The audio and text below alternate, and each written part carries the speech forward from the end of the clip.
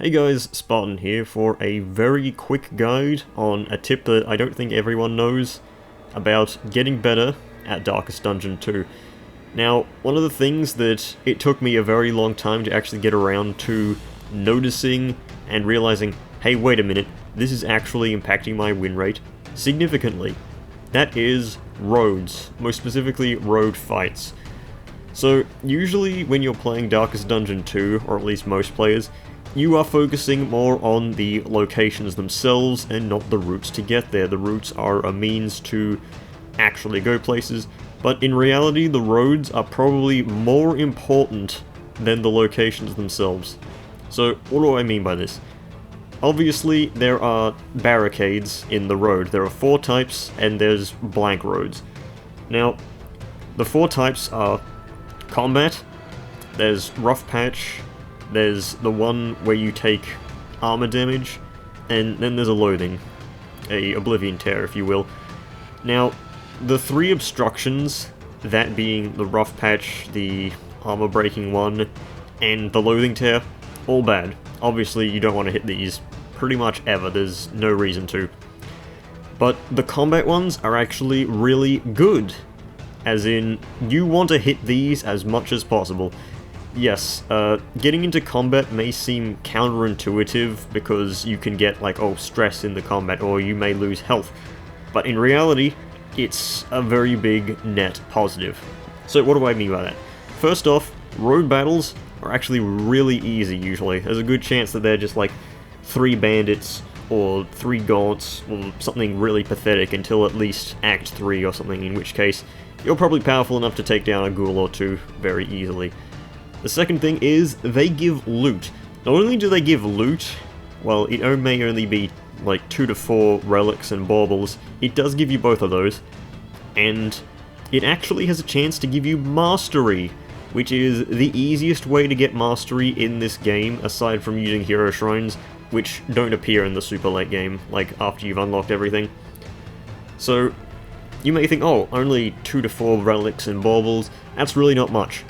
Well, compare it to running over a rough patch, which, if you have maxed out the altar, that's going to cost you 6 baubles to repair just 1 damage, unless you have like a discount or something with a certain inn, or if you get some for free from an assistance encounter.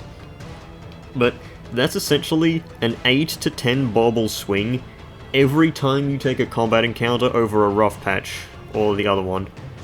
That doesn't sound like much, but it really does add up. Like, you do that 5 or so times, you can get an extra Hoarder Trinket or something like that in comparison to what you would have had to spend on repairs. And not only that, but speaking of trinkets, you can also get trinkets from road battles. It is not as likely as getting them from normal resistance encounters, but it does exist. So keep that in mind, that every single little tiny encounter can give you, like, an indelible trinket.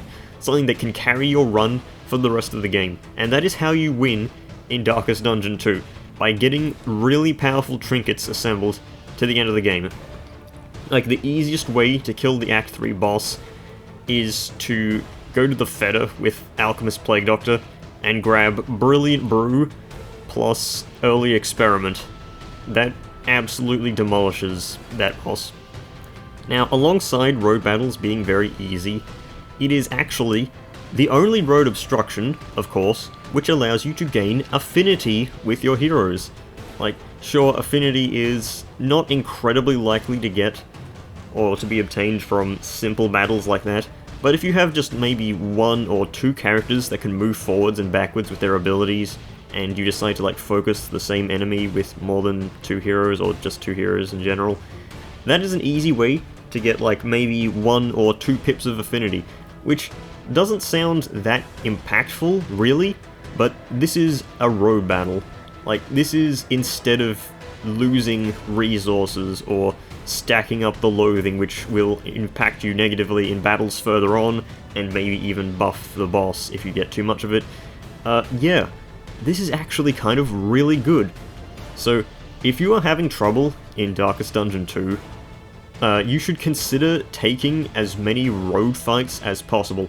Sure, Obviously, you probably want to go to, you know, proper encounters along the way, but if you see something like an oasis you don't need, or an academic study that you don't need, that doesn't really impact your route, consider going to one that has a road fight, because those road fights do stack up. Like, I have footage of me getting like 11 mastery points because I hit a whole bunch of road fights in a region. Like, it's that good. So yeah, just a quick guide that I'm putting out, so I hope you enjoyed. Leave a like and whatever. See ya.